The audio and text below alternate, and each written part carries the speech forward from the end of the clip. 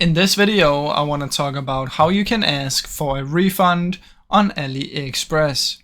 Now keep in mind, before you can get the refund, you want to know if you're eligible or not, and you should be eligible if any of these three things happened. So if you didn't arrive it by the guaranteed delivery time, you can check this in your orders. If the item you received isn't the correct one, or if some of it is missing. Now what you want to do is head over to your profile and go to My Orders. Inside of here, click on the order as it says here. Click Open Dispute. Sometimes you have to click View Details before you can do this. And then choose Refund or Return, depending on if you want to return it. And then just select the reason, enter the amount. Let's say you want to do a full refund.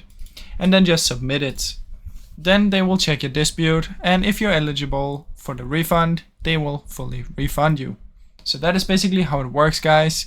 I really hope you enjoyed this short video. If you did, please leave a like and subscribe, as it helps me out a ton. Thank you so much for watching.